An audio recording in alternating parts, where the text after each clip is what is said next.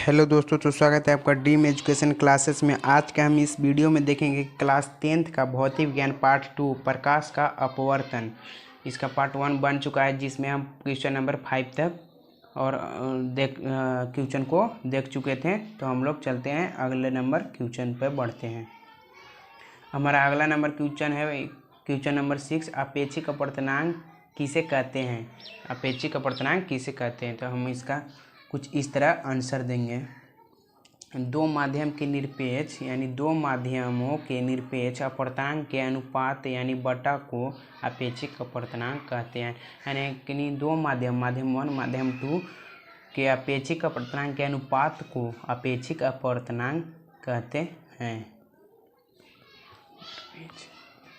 तो चलिए हम लोग अगला प्रश्न पर बढ़ते हैं। हमारा अगला प्रश्न है, लेंस किसे कहते हैं और ये कितने प्रकार का होता है। तो हम प्रश्न नंबर 1 इसलिए इसे बना दे कि यहाँ से जितने भी सवाल आने वाले लेंस से रिलेटेड आने वाले, इसलिए हम लेंस किसे कहते हैं यहाँ से प्रश्न 1 के रूप में बना दिए हैं। तो चलिए हम पहले देखें कि लेंस किसे कहते हैं। तो हम देखेंगे, हम कुछ इस तरह लेंस का परिभाषा लिखेंगे। किसी पारदर्शी पदार्थ का वह टुकड़ा यानी किसी पारदर्शी पदार्थ का वह टुकड़ा जो दो किसी निश्चित ज्यामितीय सतहों से घिरा हो तो उसे लेंस कहते हैं। यानी लेंस तो आप लोग समझते होंगे कि कांच का बना हुआ होता है, लेकिन किसी भी कांच के टुकड़ा को हम लेंस नहीं कह सकते हैं। किसी पारदर्शी पदार्थ का वह टुकड़ा जो दो किसी निश्चित ज्यामिति यानी निश्चित आकार यानी शेप में सतहों से घिरा हो तो उसे ही हम लेंस कहते हैं। तो देखेंगे कि लेंस कितने प्रकार का होता है।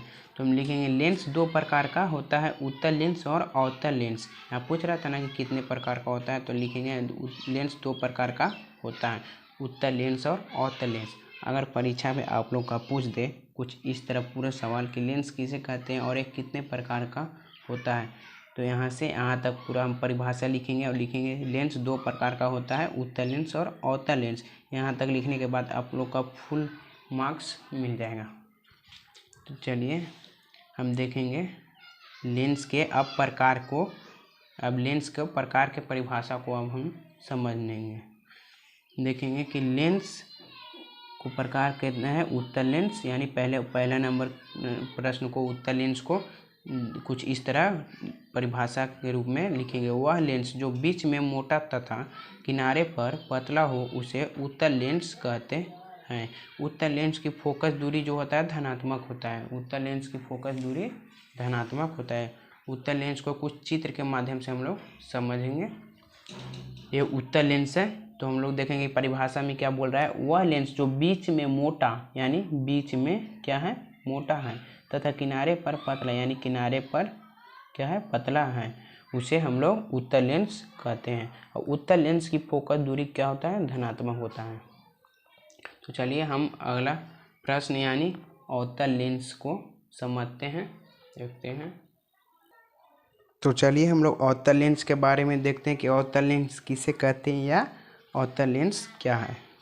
तो अवतल लेंस को कुछ इस तरह परिभाषा हम लोग लिखेंगे कि वह लेंस जो बीच में पतला तथा किनारे पर मोटा हो उसे अवतल लेंस कहते हैं। अवतल लेंस की फोकस दूरी ऋणात्मक होता है और उत्तल लेंस की फोकस दूरी क्या होता है बेटा, धनात्मक। और अवतल लेंस की फोकस दूरी जो होता है वो ऋणात्मक होता है।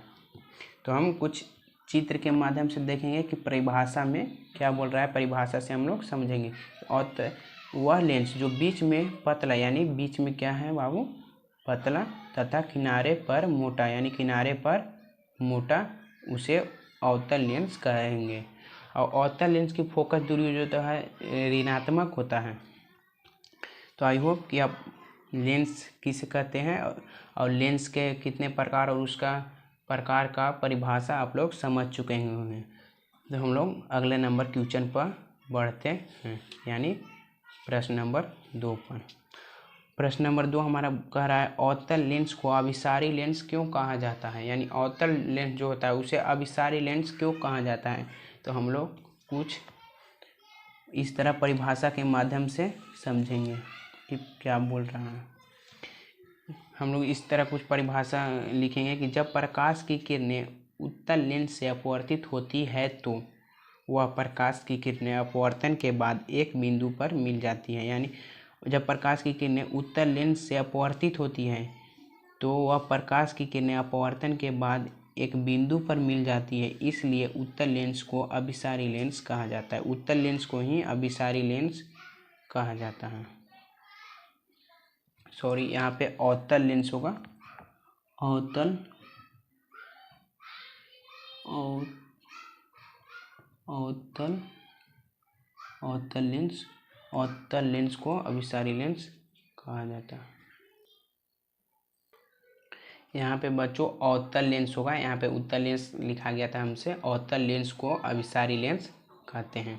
तो हम देखें कुछ चित्र के माध्यम से बच्चों, हमारे पास ये अवतल लेंस है, ये अवतल लेंस, और इसे हम परिभाषा के माध्यम से समझने वाले कि जब प्रकाश की किरणें उत्तल लेंस, यानी ये उत्तल लेंस है, ये उत्तल लेंस लिखा हुआ है, इसका मतलब ये नहीं समझिएगा कि इसका जो डिफिनेशन है उत्तल लेंस है, ये उत्तल लेंस है। जब प्रकाश की किरणें उत्तल लेंस, यानी ये उत्तल लेंस है से अपवर्तित होती है, जब ये प्रकाश की क्या है, किरणें हैं, उत्तल लेंस से जब टकराती है यानी ये अपवर्तित होती है, तो वह प्रकाश की किरणें अपवर्तन के बाद, यानी अपवर्तन यानी टकराने के बाद एक बिंदु पर मिल जाती है, एक बिंदु ये पर मिल जाती है, इसे ही हम फोकस दूरी बोलते हैं। एक बिंदु पर मिल जाती है, इसलिए हम अवतल लेंस को अभिसारी लेंस कहते हैं। तो चलिए हम अपना अगला प्रश्न पर बढ़ते हैं। हमारे पास अगला प्रश्न है प्रिज्म, सॉरी नहीं दिख रहा है आप लोग का। हमारे पास अगला प्रश्न है प्रिज्म किसे कहते हैं। तो हम समझेंगे कि प्रिज्म किसे कहते हैं। चलिए हम अपना उत्तर देखते हैं। हमारे कुछ इस तरह उत्तर को लिखेंगे, 3 समतल पृष्ठों के बीच घिरे हुए पारदर्शी माध्यम को प्रिज्म कहते हैं। यानी 3 समतल पृष्ठों के बीच घिरे हुए पारदर्शी माध्यम, यानी जो आर पर दिखता है, को प्रिज्म कहते हैं। पृष्ठों का कोण या प्रिज्म का कोण 60 डिग्री का होता है। प्रिज्म सूर्य के श्वेत प्रकाश को 7 रंगों में विभक्त कर देता है। ये क्या है, प्रिज्म है, और डिफिनेशन के माध्यम से हम लोग समझने वाले हैं। ये प्रिज्म है, जो त्रिभुजाकार है प्रिज्म है, उसी को लिखा है। जो त्रिभुजाकार है उसी का डिफिनेशन में लिखा है कि 3 समतल पृष्ठ, यानी 1 2 3 है, 3 क्या है, समतल पृष्ठ यानी बराबर हैं। 3 समतल पृष्ठों के बीच घिरे हुए पारदर्शी माध्यम, यानी एक दूसरे से क्या होता है, घिरा हुआ होता है, पारदर्शी माध्यम। और ये जो होता है एक पारदर्शी माध्यम जिसे आर पर दिखता है, पारदर्शी माध्यम को प्रिज्म कहते हैं, इसे हम प्रिज्म कहते हैं। अब पृष्ठों का कोण या प्रिज्म का कोण, यानी पृष्ठ का कोण जो होता है, या इसे हम प्रिज्म बोलते हैं, या प्रिज्म का कोण क्या होता है, कितना का होता है, 60 डिग्री का होता है। और प्रिज्म जो होता है, प्रिज्म सूर्य को श्वेत प्रकाश को 7 रंगों में विभक्त कर देता है। ये जो सूर्य का प्रकाश जब इसमें पड़ती है तो श्वेत प्रकाश रहता है, जिसका कोई कलर यानी रंग नहीं होता है। और जब प्रिज्म से होकर टकराती है तो प्रिज्म सूर्य के श्वेत प्रकाश को 7 रंगों में क्या करती है, विभक्त कर देती है मेरे मित्र। तो आई होप कि प्रिज्म किसे कहते हैं समझ चुके होंगे आप लोग। तो अगर वीडियो अच्छी लगी हो तो लाइक सब्सक्राइब ज़रूर करें। तब तक के लिए बाय।